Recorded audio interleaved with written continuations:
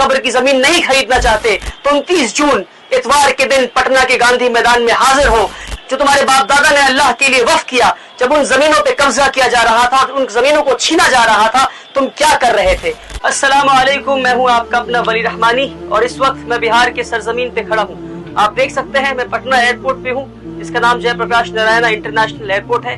आप ये सोच रहे होंगे कि मैं पटना में क्या कर रहा हूँ, मैं बिहार की सरजमीन पे क्या कर रहा हूँ। इससे पहले कि मैं आपको बताऊं कि मैं बिहार क्यों आया हूँ, मैं आपको पटना के बिहार के ऐतिहासिक गांधी मैदान पे ले चलता हूँ और वहाँ बताऊंगा कि मैं बिहार क्यों आया हूँ। जी हाँ, मैं पटना के गांधी मैदान में आ चुका हूँ। ये एक ऐतिहासिक मैदान है और गांधी जी की मूर्ति बिल्कुल आपके सामने है, आप देख सकते हैं। बिहार वो सरजमीन है जहाँ के चंपारण जिले से गांधी जी ने अपनी आजादी की लड़ाई शुरू की थी, सत्याग्रह शुरू किया था और ये गांधी मैदान वो गांधी मैदान किया था।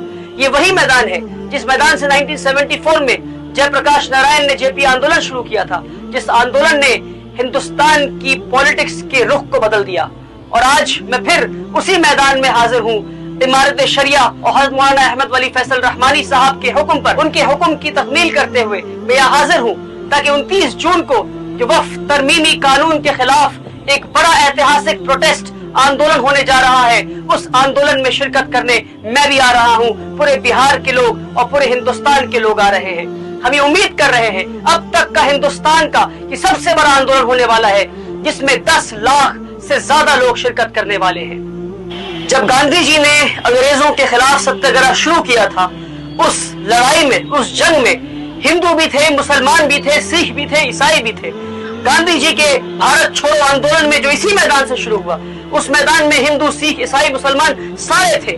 मुसलमानों ने अपनी सीनों पे गोलियां खाई हैं, अपनी जानों को दिया है, जानों को गंवाया है, तब जाकर ये मुल्क आजाद हुआ है। और आज मुसलमानों से इतनी नफरत की जा रही है कि जब मुसलमान जिंदा है तो कहते हैं कागज दिखाओ वरना तुम्हारा नाम एनआरसी लिस्ट में नहीं होगा। मुसलमान जिंदा है तो कहते हैं कागज दिखाओ वरना तुम्हारा नाम एनआरसी लिस्ट में नहीं होगा, कागज दिखाओ वरना तुम्हें इस मुल्क से निकाल देंगे। और फिर जब मुसलमान मर जाते हैं तो कहते हैं कि तुम अपने मुर्दों को कब्रिस्तान में दफन नहीं कर सकते क्योंकि कब्रिस्तानों की जमीनें भी हम छीन लेंगे, जो वक्फ की जमीनें हैं उन्हें भी हम छीन लेंगे। मुसलमानों से ये कैसी नफरत कि उन्हें हम जिंदा भी नहीं चाहिए, उन्हें हम मुर्दा भी नहीं चाहिए। बल्कि हैरत की बात मैं बताता हूँ आपको, ये ऐतिहासिक गांधी मैदान को भी एक मुसलमान ने डोनेट किया था जिनका नाम था खैरुन मियां। एक मुसलमान की दी हुई, डोनेट की हुई मैदान से आजादी की जंग की लड़ाई शुरू हुई थी।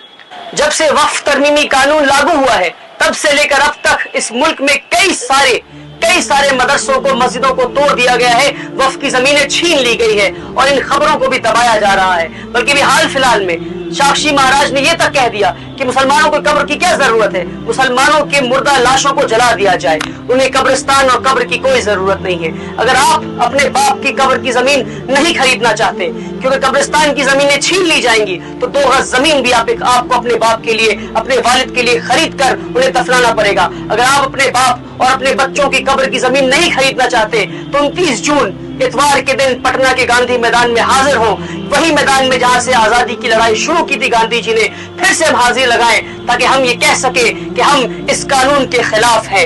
10 लाख लोग तो उस दिन आ रहे हैं, हमें यकीन है कि 10 लाख लोग आ रहे हैं, मगर 10 लाख लोग तो उस दिन आ रहे हैं, हमें यकीन है कि 10 लाख लोग आ रहे हैं।